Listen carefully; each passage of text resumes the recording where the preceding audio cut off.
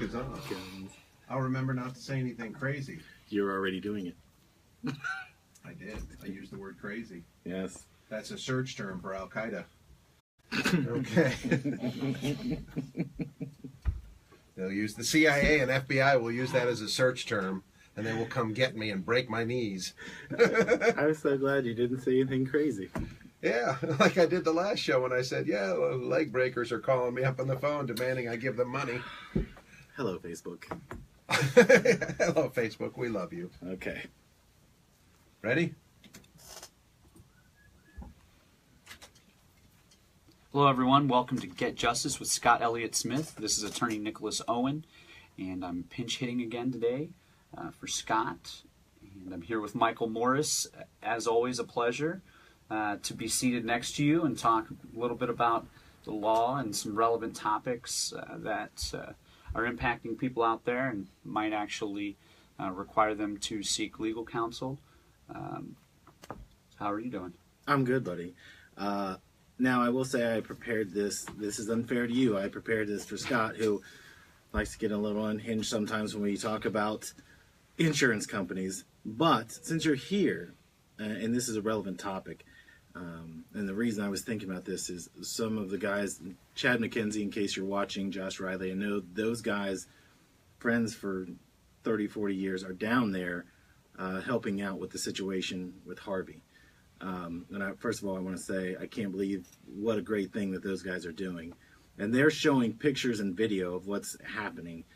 I mean, there's just lines of vehicles and stacked up pieces of someone's house on the curb. And when I was looking at that, I thought people need to know what insurance companies are going to do to help out with that. And it's constantly on the news. I'm hearing, at the same time I'm hearing about the tragedy, I'm also hearing how insurance companies are talking about people being underinsured for this, so don't have flood insurance. And that's why I thought Scott probably would have lost his mind on this. But I wanted to get your perspective on it, because they're saying right now between 300,000 and 500,000 vehicles are just destroyed down there. So I think something important is we talk about underinsurance, and you told me before we signed on today, underinsurance doesn't cover any of that. Well, underinsurance in an automobile insurance policy deals with your injuries, physical injuries. Automobile insurance contracts have basically two aspects to them. One is the property damage to vehicles and the stuff inside vehicles. So they'll have limits of coverage there. And then the other aspect to an automobile insurance policy is the injuries to people, the physical injuries. And that has other limits. And when you're talking about underinsured motorist coverage, what you're really talking about are physical injuries, not damage to your car. So that's not a coverage that's probably going to be applicable to certainly damaged vehicles. I mean, if you're injured while driving the car, there could be some argument there. One of the things you discussed was flood insurance, and it's also important to differentiate between homeowners insurance and automobile insurance. Homeowners insurance down there, and I'm not really familiar with the Houston area or any area where flooding is a major concern. Certainly New Orleans, any coastal cities, they're going to have different types of coverages in those states for flood insurance, different types of requirements. It's not really super relevant here in Ohio. We're not near any major bodies of water. We don't face that type of flooding. Not that it doesn't flood here, but not that type of flooding. We don't face that hardly ever. So those are going to be coverages under homeowners or renters insurance policies versus automobile insurance policies. But they're all, what's really relevant down there is the property damage. How are they going to adjust? And when I say adjust, an insurance company comes in, and when they adjust, they basically are determining the loss. What was damaged? What are they responsible for? And I think one of the aspects that, as you say, Scott gets a little heated about. Just a little. When it comes to insurance companies, is there's this the advertising that they put out there is that they're on your side, they're there to help you, this and this and this. I mean, the reality is they're contractually obligated based on your payment of premiums to do what the contract says, which is they're going to assess the damage that you have that they have to cover, and they're going to give you money for it. And based on that factoring, though, based on their determination of your loss, what they value things at. And that's what they're going to do. They're not going to give you 1 penny more than what they're obligated to give you. And that's the contract that you have between them. So the idea that a health insurance company is going, or a property insurance or an automobile insurance or any insurance is going to help you or is going to be there for you, it's really kind of a fun spin on it, because from my perspective, they're contractually obligated to do those things. Right. So, and they're not going to do one thing more than they're contractually obligated to do. So, well, part of this, as I was doing the research, was some of what we've talked about as far as just everyday accidents. They included this. This was articles from the New York Times. yeah. And CBS had posted this, that document and take pictures of everything, which I think in this situation would be extremely hard to do in a natural disaster. Let me get snapshots of this vehicle as it's taking on water, and then contacting your auto insurance provider. So when we're looking at that, yeah, they're on your side, and again, that's a great marketing piece. But when it comes to this, the amount of money to replace, I don't know how they would factor in a natural disaster, because even though they're going to pay out, their company has to make money. Insurance companies have to make money. So they have to figure out how much money they've got to tack on somebody in the future, wouldn't you think? Yeah. Not so much that one individual. If your car floods, I'm not going to say, well, your car might flood again, I'm tacking this on. But in general, there's billions of dollars that have to be spent. I think it's $7.9 billion the government is debating on whether they're going to give to this issue. I can't imagine what the insurance companies are going to have to be in for to do this. Well, I don't fancy myself an expert in finance when it comes to an insurance company or businesses like that. However, I do understand a little bit about how they make money, and a couple of things to always keep in mind about insurance companies is that they prepare for this. Okay, they're very smart. They have lots of people that plan for these things. They would not be issuing flood insurance in the Houston area or the New Orleans area or here in maybe a day or two, Miami area. They wouldn't be doing that if it was not cost effective for them to do that. But I don't want you to lose that thought, but what you just said is very impactful. Sure. So you have Katrina, and now you have Harvey. Mm-hmm. And at the same time that's going on, Florida is preparing for this. This is the one time I'm going to say I feel bad for insurance companies, because as they're dealing with one issue over here, something even bigger is coming. So when I'm looking at it, an insurance company, how could you prepare for two of them? Do you know what I mean? I'm not asking you a professional opinion. I just mean as a person. Yeah. I'm looking at it and saying, that is a lot to cover, and that's a lot of money that they've got to put out. And we know insurance companies, like you said, are not going to put out one dime more than they have to. But in this case, I can't imagine the stack of claims that they're going to have. I'm more concerned about the people. I know that you're not just made suggesting. me sound terrible. I just meant the people getting their money. I want to clarify that. As a general principle, I'm not concerned about insurance companies, and the reason I'm not concerned about them is that they have plenty of money and they have plenty of people to deal with this, and they don't need my concern. As far as multiple things happening, what you really need to understand about insurance companies, this is something that I've learned, and I don't know how specifically accurate it is, but this is my understanding, is that when you're paying your premiums, they're not just taking your premiums and holding them. They're investing that money. They're making that money grow. And so by the time they have to use the money that you've been sending them for 20 years to pay a claim, they have to pay out money for a claim. That money has grown and grown and grown. So they make a lot of money. They're not just collecting premiums, but they're investing that money, and they're making a lot of money off of it. So they've got plenty of money to pay these claims. And the reality is that there are requirements for insurance companies to make sure that they have enough reserves to pay all of their claims. And what reserves are are essentially what it sounds like, money in reserve. Or like a casino. If somebody wins the big pot, they have to have it on hand to give out. Exactly. And so the insurance companies have this money. Now, yes, 2 major hurricanes back to back, that's tough. But again, these insurance companies are prepared for it. It's not their first rodeo. And so they'll be fine. The question becomes, as we're alluding to, is proof of your claim. It's probably not going to be too difficult in Houston to get a couple of pictures of your car, and it looks waterlogged, and the insurance companies probably aren't going to fight too much on that. But what it's really about is the fact that they're going to give you exactly what you have in your contract.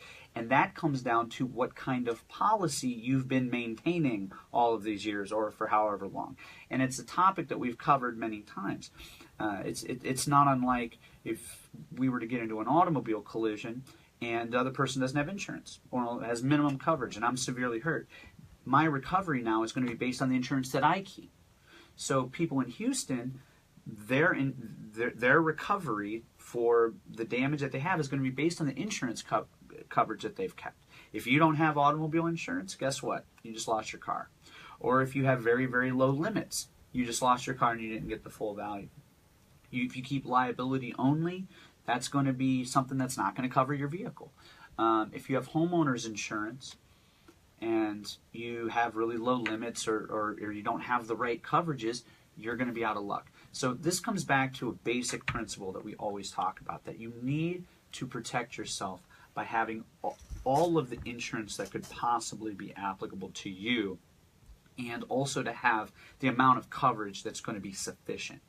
And a lot of times, for me, I err to caution and get the most on insurance coverage. Yeah, we talked about you last week because of the show you did where your wife thought she was doing you guys a solid, changing your coverage, and you looked at it and you had to change it back. Yes.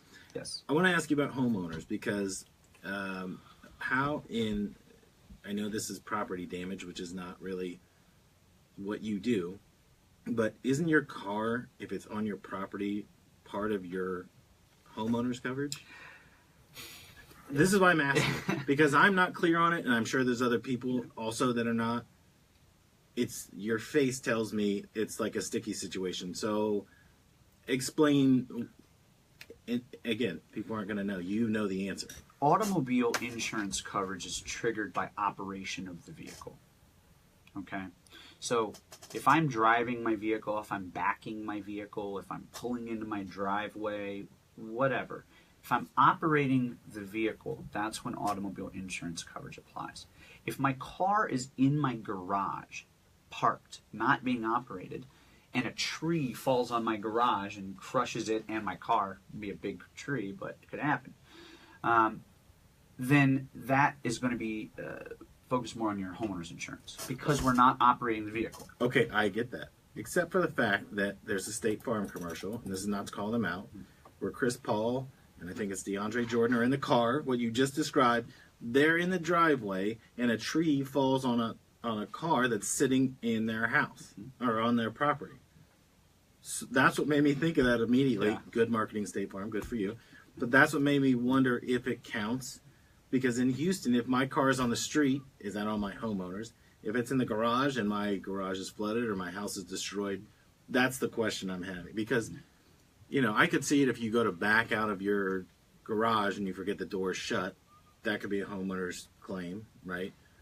But when we're looking at these natural disasters, if you didn't have a chance to get your vehicle out of your home, that's not an underinsurance. That's not a regular policy. And I thought it was important we say that because we talk about underinsurance now like 11 shows in a row. Mm-hmm. Well, I think with any contract, it's going to depend on the wording of the contract. But the basic principle is automobile insurance is typically covered when it involves the operation of that vehicle or the operation of another vehicle. So if your car is parked on the street and somebody sideswipes it, that is damage due to the operation of a vehicle, another vehicle. Or, for example, if you're walking down the street and a car jumps the curb and hits you, you weren't operating a vehicle, but a vehicle was being operated that caused your injuries, and so that would trigger your underinsured motorist coverage under your automobile insurance coverage if you're walking. Is that, and I hope so. To trigger the automobile insurance, typically it's going to involve the operation of a motor vehicle, some motor vehicle. Whereas in the State Farm commercial you're talking about where the car is parked in the driveway, I think that's going to be more about property damage on the property. For example, in your garage, if the garage gets destroyed by that same tree, all of the personal property in that garage that's damaged is going to be subject to coverage. An automobile is no different as a piece of personal property. It could be anything in there. You could have 1,000 computers or whatever. Or a fire where you have a bunch of jewelry or whatever. I mean, it all depends on what gets destroyed, but that the car is still personal property on the property there. Right. I know we're using the word property a lot. But I don't think you said property enough. But it's also according to the policy that you purchase, right? Yes, So yes. if it's defined, here are these 10 things, then they're covered because they're designated, or someone would have told you ahead of time. Yes, and that's why it's really important. You're not always going to understand the terms in the contract. We've talked about this before, about how for us who read these contracts all the time, some terms are very, very difficult to understand. But what's always really a good idea is to contact your agent, ask them questions. Asking questions is usually the best route here for a person who doesn't understand these things necessarily. Look, I'm looking to have this type of coverage, Mr. or Mrs. Agent person. Does my policy currently cover that? And see what they say. If they say no, okay, we got to add something. Let's do that. How much is it going to cost? Or, yes, your policy covers that. Okay, cool. So that is, a good way to know. Now, are agents wrong sometimes? Yeah, they are wrong sometimes. Sometimes the agents think something's covered and it's not. And then you get into, whether or not you have a cause of action against them if the insurance company ends up, not covering that loss that you thought you had. So it gets down to that. But that doesn't happen all that often. Have you actually seen that where you've had a case that somebody gave the wrong information or the wrong tip on a claim to somebody? Because I would think somebody has to be liable for that. If I said you don't need flood insurance and you live in Houston today, I'm sure you're going, but my agent said this would never happen. A lot of their defenses are going to be, well, what the contract says what it says. You can't, if you and I have a contract and I say words that are outside that contract, oh, this is what this means. That doesn't, most courts are going to say, well, that doesn't control. What we're talking about is what are the words on the paper, not the words that came out of your mouth.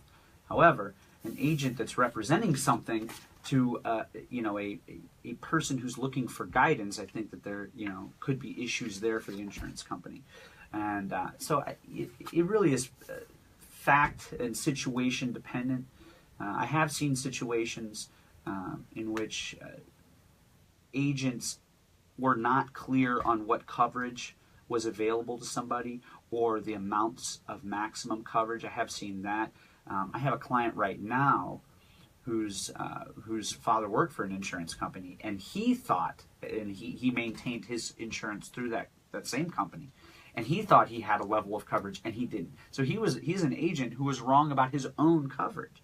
And so, and after speaking to that person, it's because things change very often within an insurance company, what they offer, what they don't offer. And so it's always a good idea to periodically contact the insurance company and find out, hey, what am I covered for now? What are my options and that sort of thing.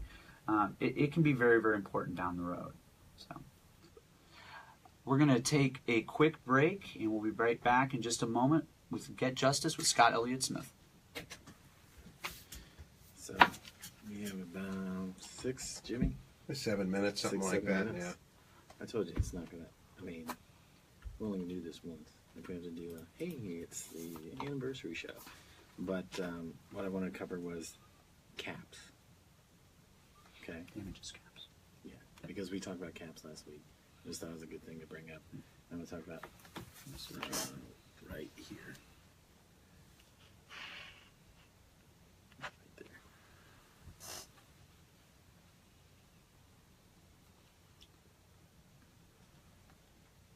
can just define it. I just want to get that out there so you can talk about what caps are.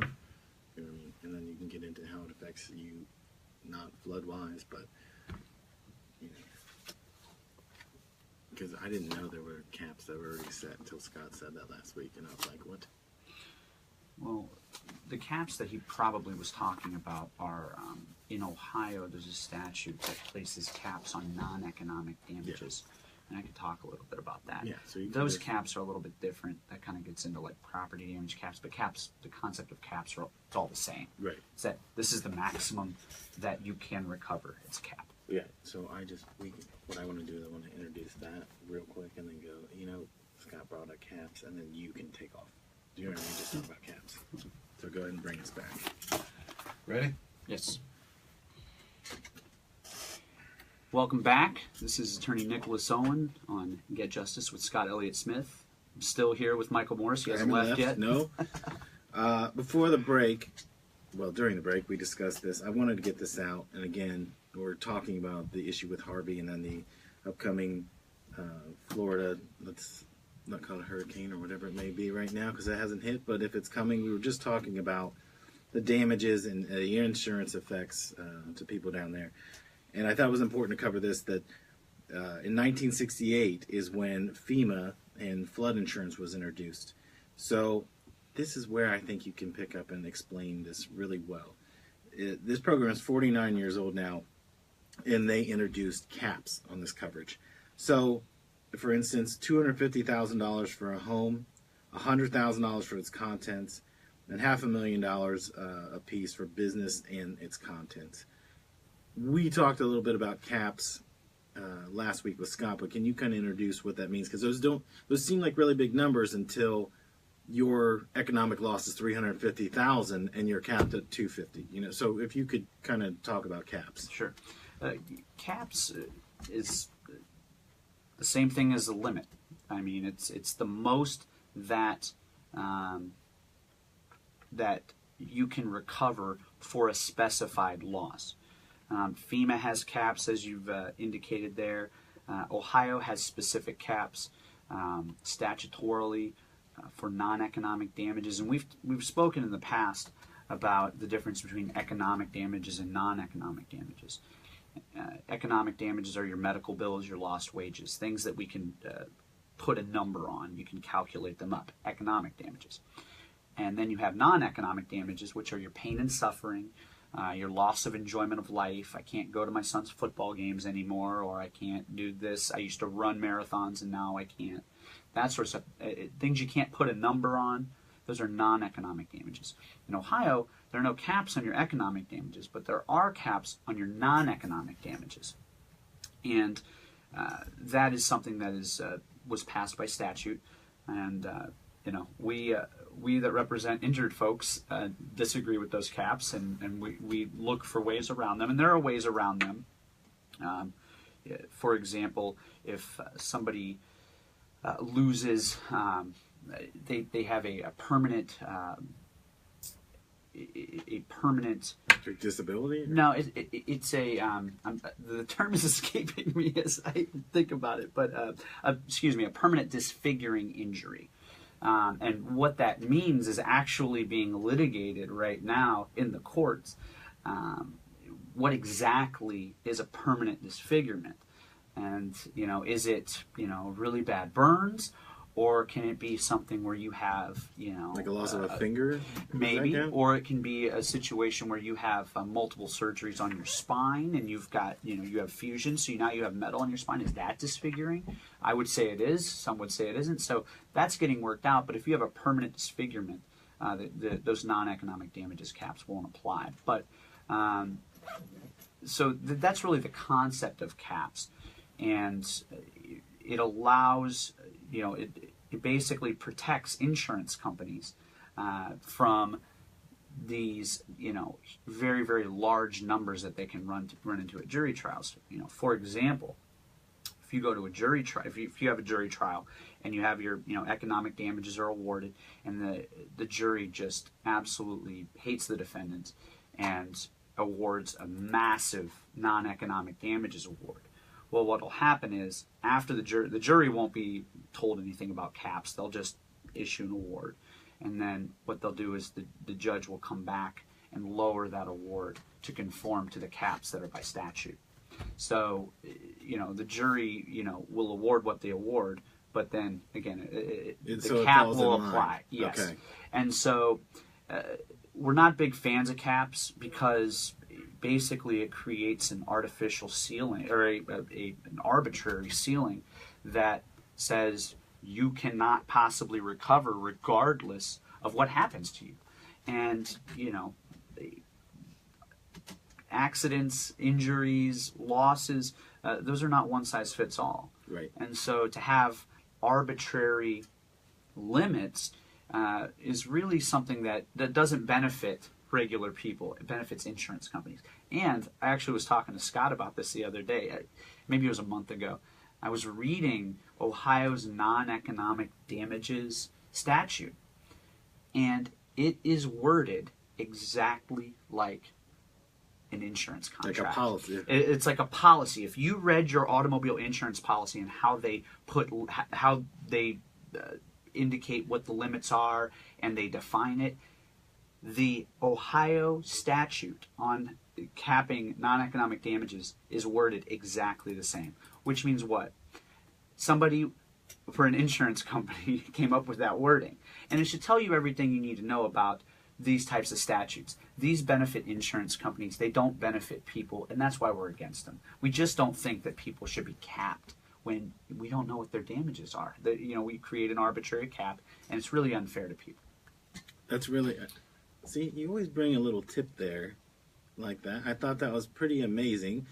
Scott covered the same thing. He said insurance companies are kind of behind those people who are legislating this, but I didn't realize that you just read it last week. Yeah. And that's the system, is that insurance companies have a lot of money, and they get people elected. That's how the sausage is made, if you will. People get elected, and the way they get elected is by being financed. And who finances them? Well, I might donate $50 to somebody, but it's not as much as an insurance company that's able to write a check for $1 million. Right. And, a lot of people don't know this in Ohio. They don't realize that judges are elected. Okay? State judges are elected. And so what do they run? Campaigns. And who finances those campaigns? Nick Owen. Nick Owen does not. Nick Owen needs to finance his life. That's expensive enough with 2 kids.